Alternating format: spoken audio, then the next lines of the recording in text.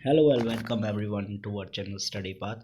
आज आप सबका फिर से स्वागत है मेरे इस यूट्यूब चैनल पर। मैंने आपको इससे पहले बताया था कि किस तरीके से जो लोग थे उन्होंने विरोध करना शुरू कर दिया था, जैकोबियन क्लब सेटअप्स करने शुरू कर दिए थे। यदि आपने इससे पिछली वाली वीडियो नहीं देखी तो आप उससे पिछली वाली वीडियो देखें, तभी आपको ये टॉपिक समझ में आएगा। तो देखिए, यहाँ तक तो आपको पता पड़ गया था कि किस तरीके से जो राजा था उसका वध कर दिया गया था। मैरो एंटोनियट को भी सेम सिमिलर फेट का इस्तेमाल करना पड़ा था। आज जो हम बात करेंगे वो हम बात करेंगे राइन ऑफ टेरर की। अब देखिए, ये जो पीरियड था वो 1793 से लेके 1794 के बीच की बात थी, जब हमने आपको बताया था कि जो नेशनल असेंबली थी उसका जो मेन मुखिया था, मतलब जो नेशनल असेंबली सेटअप करने में जिसका सबसे बड़ा हाथ था लोगों के लिए, वो रॉबर्टसपियर था। लेकिन रॉबर्टसपियर के सामने कुछ बड़े चैलेंजेस थे, जैसे कि उसने काफ़ी सारी मतलब पॉलिसीज़ ऐसी बनाई कि जो मतलब बहुत ज़्यादा कंट्रोल करती थी और बहुत ज़्यादा रेगुलर पनिशमेंट दिया करती थी जो लोग उसके खिलाफ खड़े होते थे। जिसको लगता था कि वो सभी एनिमी है, और जिसको लगता था कि जो एनिमीज़ है जैसे नोबल्स हैं, क्लरिकल पोस्ट हैं, या पॉलिटिकल पार्टी के, या इवन उसकी खुद की पार्टी के मेंबर्स हुआ करते थे, वो उन सबको जेल भेज दिया कर देता था। और कई सारे रेवोल्यूशनरी ट्रिब्यूनल्स के हिसाब से, मतलब जो रेवोल्यूशनरी ट्रिब्यूनल्स बनाया था, मतलब जो उसने बनाया था अपने संविधान के अंदर, है ना, उसके थ्रू वो क्या करता था कि जो पुराने पुराने जो राजा हुआ कर मतलब नोबल्स हुआ करते थे, मंत्री परिषद वगैरह, और जो चर्च के पुजारी हुआ करते थे, उनको वो जेल भेज दिया करता था, और इवन अपने खुद के लोगों को नहीं बख्शा करता था। यदि कोर्ट को अगर लगते थे कि जो नोबल्स हैं और उन्होंने मतलब पहले, जब नेशनल असेंबली से पहले उन्होंने लोगों के ऊपर अत्याचार किए थे, तो वो उनको मतलब गिल्टी के लिए भेज दिया करता था। और उसी ने मतलब ग्लोटेन एक इस तरीके का डिवाइस था जिसे सर से धड़ अलग कर दिया था। तो जो डॉक्टर ग्लोटन जो था, उसके नाम पर उसने इन्वेंट करी थी एक गुलेटिन। गुलेटिन मतलब क्या हो गया मेरे प्यारे बच्चों के, मतलब एक हैमर होता है, ऊपर से आता है एक तरीके का, और वो मतलब गर्दन को उसके बीच में रख दिया जाता था और उसको ऊपर से वो छोड़ दिया जाता था, जिससे कि उसकी गर्दन सर से धड़ अलग हो जाया करता था। समझ में आया? फिर देखिए, यहाँ पर जो रॉबर्ट स्पीयर था, उसने क्या किया, काफ़ी सारी जो प्राइजेस पर, है ना, मैक्सिमम सीलिंग वगैरह, वेजेस पर, प्राइजेस पर काफ़ी सारी उसने सीलिंग्स वगैरह लगाना शुरू कर दिया। मतलब उसने कहा कि इस प्राइस से ज़्यादा, इस वेजेस से कम कोई किसी को देगा नहीं, या इस प्राइस से ज़्यादा कोई किसी चीज़ को बेचेगा नहीं। इवन दो उसने क्या किया कि जो मीट वगैरह था और ब्रेड था, उस पर भी उसने रेशन करना शुरू कर दिया। उसने कहा कि सपोज़ करो कि मीट 10 रुपये किलो है, तो वो 10 नहीं देगा, सपोज़, तो उस पर गवर्नमेंट जो है वो सब्सिडी देगी, और वो 5 या 6 रुपये का मतलब किलो बेचेगा। तो उसने इस तरीके से सारा कुछ कर दिया था, जो कि बहुत गलत था। जो लोग ज़्यादा पे कर सकते थे, इवन दो वो तो पे कर सकते थे ना, लेकिन इसने क्या किया, वो चीज़ भी कॉमनली रेशन कर दी। अब देखिए, यहाँ पर क्या हुआ कि जो एक्सपेंसिव जो वाइट आटा आया करता था, है ना, जो पहले जो लोग जैसे नोबल्स वगैरह जो वाइट वाला जो आटा खाया करते थे, फ्लोर, है ना, वो बहुत एक्सपेंसिव हुआ करता था, वो सिर्फ नोबल ही खाते थे। लेकिन इसने क्या किया कि उसको भी रेशन कर दिया, और इसने कहा कि अब कोई भी वाइट आटा नहीं चलेगा, कॉमन आटा चलेगा, जो कि सब खाएंगे, जिसका मतलब है इक्वालिटी ऑफ ब्रेड। पेन डेलीगेट, पेन डी इगैलिट, ये फ्रेंच वर्ड है जिसका मतलब है इक्वलिटी ऑफ ब्रेड। यानी कि यहाँ पर जो भी मतलब आटा आएगा वो सबके लिए कॉमन होगा। ऐसा नहीं है किसी को अच्छा वाला आटा, भाई आप सपोज़ करो मेरे प्यारे बच्चों कि अगर आपके पास पैसा ज़्यादा है तो आप आशीर्वाद का आटा लोगे, लेकिन जिसके पास पैसा नहीं है वो चक्की से आटा ले सकता है। तो इसने क्या किया कि वो जो चक्की वाला आटा है वो एक तरीके से कॉमन कर दिया। बोला कि चाहे वो अमीर हो चाहे गरीब हो, इस प्राइस से ज़्यादा वो पे नहीं करेगा, और सबके लिए कॉमन आटा है जो इस आटे को खाएंगे। ऐसा नहीं, जिससे कि इक्वालिटी लाना चाह रहा था फ्रांस के अंदर। अब देखिए, इसने और भी मतलब बहुत गलत काम किया। इसने क्या किया कि जो फ्रांस में पहले मॉन्सियर सर को बोलते थे और मैडम बोला करते थे, फ्रांस के अंदर मैडम मतलब लेडी, और मॉन्सियर मतलब सर, इस तरीके से पुकारा करते थे। तो इसने वो सारा नाम ही बदल दिया, और उस नाम को बदल के इसने रख दिया सिटोयन एंड सिटोइन, सिटीजन्स, है ना। तो इसने एक बहुत बड़ा गलत काम किया है। इसने जो सर और मैडम वाला जो क्राइटेरिया था, जो पहले हम बोलते थे फ्रांस के अंदर ये लोग सर और मैडम करके बोला करते थे एक दूसरे को, इसने पर्टिकुलरली पूरा बंद कर दिया और उसकी जगह सिटीजन्स रख दिया। और चर्चेस वगैरह जो थे उसको तो इन लोगों ने शट डाउन नहीं कर दिया, वहाँ पर इसने बैरक और ऑफिसेज बना दिए, मतलब गवर्नमेंट बिल्डिंग्स वगैरह बना दी, चर्चेस को फोर्सफुली इसने बंद कर दिया। तो ये सारी चीज़ें करी। अब देखिए, रॉबर्ट्सपियर ने ये पॉलिसीज़ को बहुत ज़्यादा मतलब रिलेंटलेसली फॉलो किया।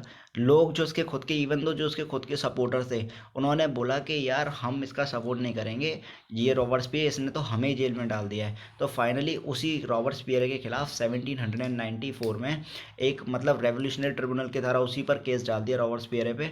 और उसको अगले दिन ही जो डॉक्टर गुलेटन जो उसने लाया था, जिस पर सर को धड़ से अलग किया करते थे, वही क्या हुआ कि इसका खुद ही मतलब इसी के खिलाफ, इसी के पार्टी के लोगों ने इसके खिलाफ प्रोटेस्ट किया और इसके ऊपर गिल्टी फिर से अपराध का आरोप लगाया और इसको भेज दिया गया क्लोटेन करने के लिए, यानी कि इसका सर भी धड़ से अलग कर दिया। अब देखिए यहाँ पर क्या हुआ कि जो जैकोबियन गवर्नमेंट जो रॉबर्ट्सपियर के थ्रू सेटअप करी गई थी और जो नेशनल असेंबली बनाई गई थी, अब क्या हुआ, इसका जनरली डिक्लाइन होना शुरू हो गया क्योंकि रॉबर्ट्सपियर तो मर गया। अब क्या हुआ कि जो वेल्दी और मिडिल क्लास वाले पीपल्स थे, जो मतलब नोवेल्स वगैरह थे या बिग बड़े बड़े मर्चेंटमैन थे, वो पावर में आने की उन्होंने कोशिश करी। उन्होंने एक नया कॉन्स्टिट्यूशन लाने की कोशिश करी। उसके अंदर उन्होंने ना जो जैकोबियन क्लब ने नेशनल असेंबली सेटअप करी थी, उसको चेंज करने की कोशिश की। उन्होंने क्या किया कि वो लोग तो वोट ही नहीं कर सकते जिनके पास समाज में प्रॉपर्टी नहीं है, लेकिन रॉबर्ट्सपियर ने तो काफ़ी ज़्यादा मतलब नेशनल असेंबली में राइट दे रखे थे, लेकिन इन्होंने तो पूरी तरीके से बंद कर दिए। इन्होंने 2 इलेक्टेड लेजिस्लेटिव काउंसिल बनाई और these then appointed a directory and executive made by up to 5 member. अब देखो यहाँ पर क्या किया, इसने 2 इलेक्टेड लेजिस्लेटिव काउंसिल बनाई और एक तो डायरेक्टरी थी और एक एग्जीक्यूटिव हुआ करती थी जो 5 मेंबर की बना करती थी। तो इसने अपनी पावर को सेफ गार्ड करने के लिए, जो वेल्दियर पीपल्स है उन्होंने अपनी पावर को सेफ गार्ड करने के लिए, मतलब अपने आप को बचाने के लिए कि हमारा ही लॉ फॉलो होगा, अगर हम इस फ्रांस में रहने तो हमारी लोग सुनेंगे, इसलिए इन्होंने एक ही आदमी को एग्जीक्यूटिव बना दिया। एक तो थे लॉ बनाने वाले, तो जो लॉ बना रहे थे, जो कानून बना रहे थे किसी भी चीज़ को लेकर फ्रांस के अंदर, उन पर एक ही हेड होगा, अब वो होगा एग्जीक्यूटिव, वो चाहे तो पास करे चाहे नहीं करे। तो जो डायरेक्टर्स थे, अब डायरेक्टर ही, क्योंकि और डायरेक्टर ही जो थे वो सेव मतलब क्लैशेस वो वही पास कर सकते थे एग्जीक्यूटिव से, तो उनके बीच में खुद ही क्लैश हो गया। और क्लैश होने की वजह से जो पॉलिटिकल इंस्टेबिलिटी थी, वो कहते थे नहीं यार ये तो पास कर दो, लेकिन वो जो लोग कहते थे कि नहीं हम नहीं पास करेंगे। तो ऐसे करके आपस में डायरेक्टर्स के बीच में बहुत ज़्यादा क्लैशेस हो गए, लड़ाइयाँ होनी शुरू हो गई। और इसी पॉलिटिकल इंस्टेबिलिटी की वजह से हुआ क्या कि मिलिट्री डिक्टेटरशिप आ गई। अब देखो यहाँ पर नेपोलियन जो था उसका बहुत बड़ा रोल था। अब यहाँ पर जो है वो नेपोलियन बोनापार्ट आ जाता है, क्योंकि भाई ये वेल्दियर पीपल्स पर भी नहीं चल रहा था फ्रांस के अंदर, ये आपस में ही लड़ रहे थे कि भाई हम राज करेंगे, वो कह रहा भाई हम राज करेंगे। तो ऐसे करके पॉलिटिकल इंस्टेबिलिटी ज़्यादा हो गई थी, राजनीतिक तौर पर इन लोगों पर इतना दबाव आ गया था कि ये लोग अब समझ नहीं पा रहे थे कि करना क्या है फ्रांस के अंदर। अब देखो नेशनल असेंबली तो ब्रोकअप हो गई रॉबर्ट्सपियर के मरने के बाद। फिर यह जैकोबियन गवर्नमेंट जैसे जो उसने बनाई थी वो भी फॉलो हो गई। फिर ये यहाँ पर जो है वो कौन लेकर आए, वेल्दियर पीपल्स उठ कर आए, लेकिन इन पर भी नहीं सत्ता का शासन चला। अब इसके बाद जो है वो नेपोलियन बोनापार्ट आ जाता है। देखिए यहाँ पर कई सारे गवर्नमेंट ने, जो पिछली नेशनल असेंबली जो रॉबर्ट्सपियर की गवर्नमेंट थी, उसने कई सारे freedom, equality before law, fraternity यानी कि ब्रदरहुडनेस, ये सब कुछ लेकर आए थे, है ना। और ये सारी पॉलिटिकल जो इसको मोटिवेट किया गया था फ्रांस के अंदर और पूरे यूरोप के अंदर, क्योंकि फ्रांस एक एग्जाम्पल था। अगर फ्रांस के अंदर आज़ादी आई तो पूरे यूरोप के अंदर आज़ादी आ जाएगी। हम क्लास 10th के अंदर इसके चैप्टर के बारे में और डिटेल में पढ़ेंगे, क्योंकि ये चैप्टर आपके क्लास 10th के अंदर भी आएगा, तो आप थोड़ा ध्यान से सुने इस चैप्टर को, है ना। अब देखिए यहाँ पर वुमेन्स का क्या रेवोल्यूशन था। अब देखिए यहाँ पर हम बात करेंगे कि चलो ये तो हमने देखा कि यहाँ पर नेशनल असेंबली बन रही थी, लेकिन औरतों का क्या बड़ा रोल था। देखो पहले तो हमने देखा था कि 18th सेंचुरी से पहले जो औरतें थी वो मोस्ट प्रोबेबली घर वगैरह का काम करती थी, तो उनके पास मतलब कुछ ऐसा खास काम नहीं था। वो इवन दो वो किसी भी एक्टिव पार्टिसिपेंट की कैटेगरीज में नहीं आती थी, चाहे उनकी उम्र 25 से ज़्यादा हो चाहे ना हो, चाहे वो टैक्स पे करती हो नहीं करती हो, लेकिन उनको वोट करने का अधिकार नहीं था। तो वो सबसे ज़्यादा जो औरतें थी 18 सेंचुरी से पहले, वो सीमस्ट्रेस या लॉन्ड्रेस हम कह सकते हैं, कपड़े धोने वाला काम, या फ्लावर बेचती थी, या फ्रूट वेजिटेबल्स ये एम्प्लॉयड, या कहीं किसी घर में डोमेस्टिक सर्वेंट की तरह काम करती थी, झाड़ू पोछा करती थी। तो ये सारी चीज़ें क्या करती थी, जो मतलब वेल्दी पीपल्स हुआ करते थे। लेकिन और कई सारी औरतें तो ऐसी थी जिनके पास एजुकेशंस नहीं थी, जॉब ट्रेनिंग वगैरह ऐसा कुछ भी नहीं था। लो और बस जो लड़कियां पढ़ती थी वो सिर्फ डॉटर हुआ करती थी, वो भी किसकी, जो नोवेल्स वगैरह हुआ करते थे, जो वेल्दियर फैमिली से बिलोंग किया करते थे, जो थर्ड एस्टेट के हुआ करते थे, उन फैमिलीज से ये लोग क्या किया करते थे, बिलोंग किया करते थे। अब यहाँ पर वुमेन्स की जो वर्किंग थी, सिर्फ उसका सिर्फ काम सिर्फ इतना ही था कि वो सिर्फ खाना बना सकती है, पानी दे सकती है अपने पति को, या फिर एक ब्रेड लेने के लिए लंबी कतार में लगना पड़ता था। जब रेवोल्यूशन चल रहा था हमने देखा था कि बहुत ज़्यादा एक टिमल्टस वाली सिचुएशन पैदा हो गई थी। जब राजा को लगा था तो प्राइसेस भी काफ़ी ज़्यादा बढ़ गए थे, टैक्स, तो ये लोग लाइन में खड़े रहते थे ब्रेड को खरीदने के लिए। तो मतलब उस टाइम तक हमने देखा कि 18 सेंचुरी से पहले कि वुमेंस के पास कुछ अधिकार नहीं था वोट करने का, वो इवन दो सिर्फ हाउस होल्ड वर्क में बिजी रहती थी। अब यहाँ पर हम देखेंगे कि वुमेंस ने किस तरीके से अपना पॉलिटिकल क्लब्स बनाना शुरू किया, है ना, कैसे उन्होंने न्यूज़पेपर वगैरह। तो करम बता दें कि अराउंड 60, ये जिस जिस बुक के एनसीईआरटी बुक्स के अकॉर्डिंग बताया जाता है कि around 60 women clubs were came in different French cities. तो देखिए जो फ्रांस था वो तो काफ़ी बड़ा था, तो फ्रांस की जो डिफरेंट डिफरेंट सिटीज़ थी उसके अंदर करीबन 60 वुमेन्स ऐसी थी जिन्होंने अपने खुद के क्लब सेटअप्स कर लिए थे, और वो डिमांड कर रही थी कि उनको भी एक एक्टिव सिटीजन्स का पॉलिटिकल राइट्स देने का अधिकार दिया जाए। अब देखिए यहाँ पर जो वुमेन्स थी वो बहुत ज़्यादा डिसअपॉइंटेड थी 1791 के कॉन्स्टिट्यूशन को लेकर, क्योंकि जब रॉबर्ट्सपियरे आया था इस मिड में, तो उसने औरतों को फिर भी अधिकार नहीं दिया था। अब औरतें चाहती थी कि यार जब आदमी वोट कर सकते तो वाई कांट अस, है ना, वो भी वोट करना चाहती थी। तो उन्होंने डिमांड करी कि हम भी वोट करेंगे, हमारे पास भी ये अधिकार होना चाहिए कि हम भी किसी पॉलिटिकल ऑफिस को होल्ड करें। ऐसा नहीं कि सिर्फ आदमी आदमी गद्दी पर बैठ जाएं, राजनीतिक को चलाएं, हमें भी चलाना है। तो इस तरीके से औरतों ने जो विरोध करना शुरू कर दिया, उन्होंने अपने खुद के क्लब सेटअप करने शुरू कर दिए 1791 के बाद ही, जब रॉबर्ट्सपियरे की गवर्नमेंट थी। अब देखिए यहाँ पर जो गवर्नमेंट थी उसने कोई ऐसे लॉज वगैरह तो इंट्रोड्यूस नहीं करे, है ना, कोई स्टेट स्कूल वगैरह, मतलब उस टाइम पर कुछ नहीं था। लेकिन हुआ क्या था, फाइनली जब रेवोल्यूशनरी गवर्नमेंट आई, जब एक चेंज आया, तो उन लोगों ने जो नेशनल असेंबली रॉबर्ट्सपियरे के गवर्नमेंट आई, उससे पहले तो कोई अधिकार नहीं थे औरतों और लड़कियों के पास। तो उसने बताया था कि जब उनकी गवर्नमेंट थी उन्होंने स्कूल कंपलसरी कर दिए थे, और ये भी बता दिया था कि जो फादर है वो उस लड़की की मर्जी के बिना उसकी शादी नहीं कर सकता, और यदि शादी करेगा तो वो या तो रजिस्टर्ड होनी चाहिए या फिर वो लड़की की मर्जी से होनी चाहिए, फ्रीली होनी चाहिए। तो ये भी, और उस टाइम से उस नेशनल असेंबली जब रॉबर्ट्सपियर की गवर्नमेंट नहीं थी तो उससे पहले ये भी था कि जो डाइवोर्स है वो लीगल नहीं था, लेकिन अब डाइवोर्स लीगल कर दिया था नेशनल असेंबली जब रॉबर्ट्सपियर की गवर्नमेंट थी। तो लेकिन फिर भी इतना सब कुछ होने के बाद औरतों की ये डिमांड थी कि हमें पढ़ने का अधिकार पूरी तरीके से स्वतंत्र दिया जाए, और हमको राजनीतिक तौर पर पॉलिटिकल राइट्स होल्ड करने के लिए दिया जाए, यानी कि हम राजगद्दी पर भी मतलब शासक कर सकते हैं। तो ये सारी डिमांड थी उस टाइम पर वुमेन्स वगैरह की। अब देखिए यहाँ पर वुमेन्स ने काफ़ी ज़्यादा वोट किया कि साहब देखो हम बराबर आदमी के काम करते हैं, हमें वेजेस भी बराबर मिलनी चाहिए, हमें वोटिंग राइट्स भी बराबर मिलने चाहिए। तो ये सारी चीज़ें जो थी वो वुमेन्स ने करने की कोशिश करी। अब देखिए यहाँ पर क्या था कि fight for the vote through international suffrage movement during the late 19 and the early 20 century. अब यहाँ पर इंटरनेशनल एडल्ट सफरेज मतलब राइट टू वोट, तो यहाँ औरतों ने खूब सारा लड़ा था 18 से 19 सेंचुरी, 19 से 20 सेंचुरी के बीच में, कि यार हमें भी आज़ादी का मौका है, हमें भी पॉलिटिकल एक्टिविटीज़ में पार्टिसिपेट करना ज़रूरी है, तो आप हमें भी अधिकार दो, जैसे आपने आम नागरिकों को, मैन को दे रखा है, वैसा हमें भी दो, क्योंकि हमें वेजेस भी हमें बराबर दो। तो ये सारी जो कंडीशंस थी वो औरतें जो थी फ्रांस की मांग कर रही थी। तो फाइनली क्या हुआ 1946 में, जब काफ़ी सारा चेंजेस वगैरह हुआ, तो फ्रांस में औरतों को भी अधिकार मिल गया था 1946 में कि वो भी वोट कर सके। अब देखिए यहाँ पर इस तरीके से कतार में खड़ी रहती थी ब्रेड के पीसेस के लिए, है ना, ये चेन्स वगैरह में। तो औरतों की बस डिमांड थी कि साहब हमें भी खाना वगैरह जो है वो सही से दिया जाए। अब देखिए यहाँ पर एक फ्रांस में सबसे बड़ा जो गलत चीज़ थी वो क्या थी कि स्लेवरी। अब देखिए बहुत बड़ा एक चेंजेस आया था जब जैकोबियन रिजाइम सेटअप किया गया था। उससे पहले क्या हुआ करता था कि फ्रांस के अंदर जो ट्रेड किया करते थे, जो वेल्दी मर्चेंट हुआ करते थे, जो प्लांटेशन वर्कर थे, वो ट्रेड किया करते थे तीन स्टेट के बीच में। अब देखिए उस टाइम पर क्या था कि जो कैरेबियन था, जिसका नाम था कैरेबियन, एक कॉलोनीज हुआ करती थी फ्रांस के अंदर, वहाँ पर मार्टिन की, गुल्डब, सैन डोमिनिगो, यहाँ से क्या किया करता था, ये जगह थी फ्रांस के अंदर, से हमारे यहाँ बाजना है ना, नौझील है, मतलब और कई सारी दिल्ली सिटीज़ है ना, लखनऊ। तो ये ऐसे जो ट्रेड हुआ करती थी, तो जो मेजर मेजर सिटी हुआ करती थी फ्रांस के अंदर, इस तरीके से यहाँ पर ये लोग क्या करते थे कि यहाँ से ये ट्रेड किया करते थे। तो ये तम्बाकू का, इंडिगो मतलब एक तरीके से डाई होती है जो कपड़ों वगैरह पे की जाती है, तो उस टाइम पर इंडिगो बहुत बड़ी डाई के लिए इस्तेमाल किया जाता था। अब शुगर, कॉफ़ी के लिए। तो फ्रांस के लोग तो इस काम को करने के लिए नहीं जाएंगे, अब उस काम को करने के लिए तो वर्कर्स की ज़रूरत पड़ेगी। तो जो वर्कर्स की ज़रूरत वगैरह जो पड़ेगी, उस टाइम पर क्या हुआ करता था मेरे प्यारे बच्चों, कि जो शुगर की, कॉफ़ी की और जो इंडिगो की इतनी ज़्यादा डिमांड थी इस चीज़ को लेके, तो जो रिलक्टेंस हो रही थी यूरोपियंस की कि अनफैमिली जो शॉर्टेज पड़ रही थी लेबर की, तो यहाँ पर फ्रांस के नागरिक जो हैं वो इस काम को करने क्यों जाएंगे? क्यों जाएंगे आप बताओ? भाई वो तो पैसा कमाना चाहते थे, उनको वर्कर्स की ज़रूरत थी।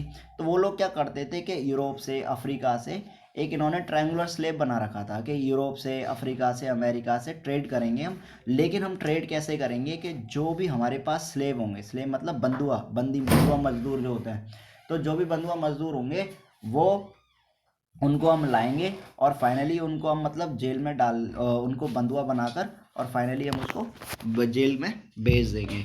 अब देखिए यहाँ पर क्या है मेरे बच्चों कि जो स्लेव ट्रेड थी है ना, वो काफ़ी ज़्यादा चल रही थी उस टाइम पर, और लोग जो थे फ्रांस के नागरिक जो थे वो ये डिमांड कर रहे थे कि हम किस तरीके से उसको हम ख़त्म कर सकते हैं स्लेव ट्रेड को। तो यहाँ पर ये लोग क्या कर रखा था, इन लोगों ने एक ट्रायंगुलर ट्रेड बना रखा था, और इसमें इन लोगों ने क्या कर रखा था कि जो सेल्ड पोर्ट्स जो हैं बॉर्डेक्स और नेंटेट्स से लेके अफ्रीकन कोस्ट तक, यहाँ पर इन्होंने क्या करते थे कि जो वहाँ के जो स्लेव्स के जो लोकल सरदार हुआ करते थे, जैसे अफ्रीका में जो लोकल सरदार हुआ करते थे, उन लोगों से ये क्या करते थे, स्लेव्स को परचेज कर लिया करते थे। फिर इन्हें 3 महीने के लिए एक शिप के अंदर, एक कंटेनर के अंदर बंद करके अटलांटिक से कैरेबियन लाया जाता था, जहाँ से वो ट्रेड किया करते थे, प्लांटेशन वर्कर्स जो हुआ करते थे। अब देखो, अब ये कहाँ से कर रहे हैं, देखो ये कहाँ लेकर आ रहे हैं कि अटलांटिक ओशन के पास से जो सरदार हुआ करते थे, उन्हीं से ये लोग जो थे वो उठाए लाया करते थे, और उनको लाने के बाद ये लोग कहाँ ले आते थे, उनको उठाने के बाद ये लोग कैरेबियन ले आते थे, जो कि एक फ्रेंच की कॉलोनीज थी, वहाँ ले आते थे। अब इनका बड़ा ज़्यादा एक्सप्लॉयटेशन किया जाता था, स्लेव को मारा जाता था और बोलते थे कि यहाँ प्लांटेशन पर काम करो और शुगर और कॉफ़ी को एक्सपोर्ट करने में हमारी मदद करो, इन्हें ज़बरदस्ती इनको काम कराया करते थे। तो फाइनली 18th सेंचुरी में आते आते लोगों ने बड़ा क्रिटिसिज्म किया कि साहब इस तरीके से स्लेवरी जो है उसको ख़त्म करनी चाहिए फ्रांस के अंदर से, यानी कि इस तरीके के बंधुआ मजदूर नहीं रखने चाहिए हमको। और काफ़ी सारा डिबेट हुआ इससे नेशनल असेंबली में इस बात को लेकर। तो लेकिन जो नेशनल असेंबली थी उन्होंने कुछ इस तरीके का नियम पास नहीं करा था, क्योंकि इनको डर था कि यदि ये स्लेव ट्रेड को बंद कर देंगे तो जो बड़े बड़े बिजनेसमैन हैं वो इनका विरोध करना शुरू कर देंगे। लेकिन फाइनली क्या हुआ, जब 1794 में हमने देखा कि जिस तरीके से जो रॉबर्ट्सपियर की जो गवर्नमेंट थी, रॉबर्ट्सपियर को गुलेटिन करने के लिए भेज दिया था, तो 1794 में सारे मतलब जितने भी स्लेव्स थे उनको आज़ाद कर दिया। लेकिन ये कुछ ज़्यादा लंबे समय तक नहीं चला, क्योंकि इसके बाद जो था है ना, वो आ गया, क्या बोलते हैं उसको, नेपोलियन बोनापार्ट जो था वो 1804 में आया था।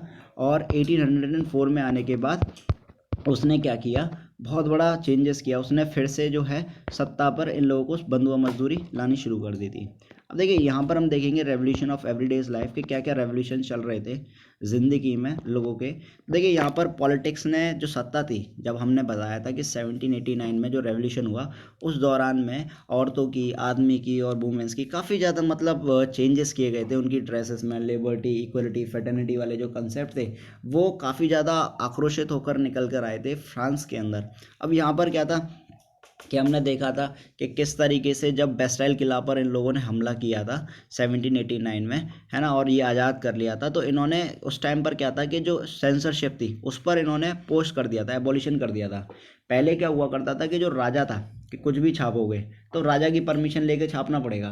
लेकिन जब 1789 में वेस्टर्न किले पर हमला करके जब राजा को इन्होंने बंदी बना लिया था, तो उसके बाद क्या हुआ था कि सेंसरशिप एक्ट को ख़त्म कर दिया था पूरी तरीके से, कि अब भाई कुछ भी छाप सकता है, प्रेस के पास ये राइट है कि वो कुछ भी बुक्स, न्यूज़पेपर उन सबको पब्लिश कर सकता है। लेकिन उससे पहले सिर्फ राजा की परमिशन लेनी पड़ती थी। लेकिन न्यूज़पेपर, क्योंकि आप जानते हो कि जो न्यूज़पेपर, पैम्पलेट्स, बुक्स और ये प्रिंटेड जो फ्लडेड जो ये बताते थे, लोगों को समझाते थे कि देखो फ्रांस के अंदर क्या चल रहा है और किस तरीके से फ्रांस के अंदर एक नया डेवलपमेंट हो रहा है, वो सारी चीज़ें प्रेस के माध्यम से लोगों को पता पड़ती थी। लेकिन इसका कुछ ज़्यादा बड़ा इम्पैक्ट नहीं था, है ना। यहाँ पर लोग प्ले सॉन्ग्स, फेस्टिव सॉन्ग्स वगैरह ये भी सारी चीज़ें मतलब ये बताते थे फिलोसफर्स को कि किस तरीके से फ्रांस के अंदर चेंज हो रहा है। लेकिन इसका कुछ ज़्यादा बड़ा इम्पैक्ट इसलिए नहीं था क्योंकि इसके जस्ट बाद ही नेपोलियन गवर्नमेंट आ गई थी।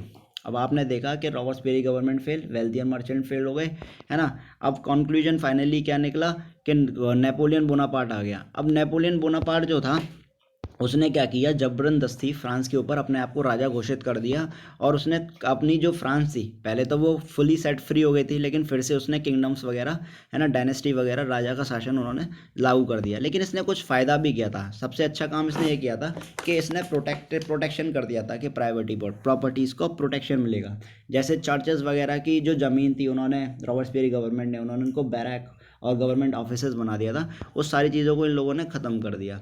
अब देखो यहाँ पर क्या है कि इसने कई सारे मतलब जो लॉस थे, है ना, उनमें कई सारा चेंजेस किया। इसने क्या किया कि प्राइवेट प्रॉपर्टी जो थी, यानी कि जो अधिकार थे, है ना, घर वर, जैसे सपोज करो तुम्हारा घर है, तो तुम्हारे घर को तुमसे कोई नहीं छीन सकता। लेकिन नेशनल असेंबली जब बनी थी, जब रॉबर्ट्सबियरी गवर्नमेंट थी, उस टाइम पर यह था कि जिसकी प्रॉपर्टी को लेना चाहें वो ले सकते थे। लेकिन इसने कहा कि अब प्राइवेट प्रॉपर्टी प्राइवेट ही रहेगी, उसको कोई नहीं छेड़ सकता। ठीक है, ये काम किसने किया था? नेपोलियन बोनापार्ट ने, जब ये 1804 में आया। इसने सबसे अच्छा काम ये और किया कि इसने वेट और मेजर्स, जो डेसिमल सिस्टम में, पहले उस टाइम पर वेट ही नहीं हुआ करते, जैसे हमारे यहाँ किलो में नापते हैं, और यूरोप में डिफरेंट डिफरेंट जगहों पर डिफरेंट डिफरेंट तरीके थे चीज़ों को नापने के।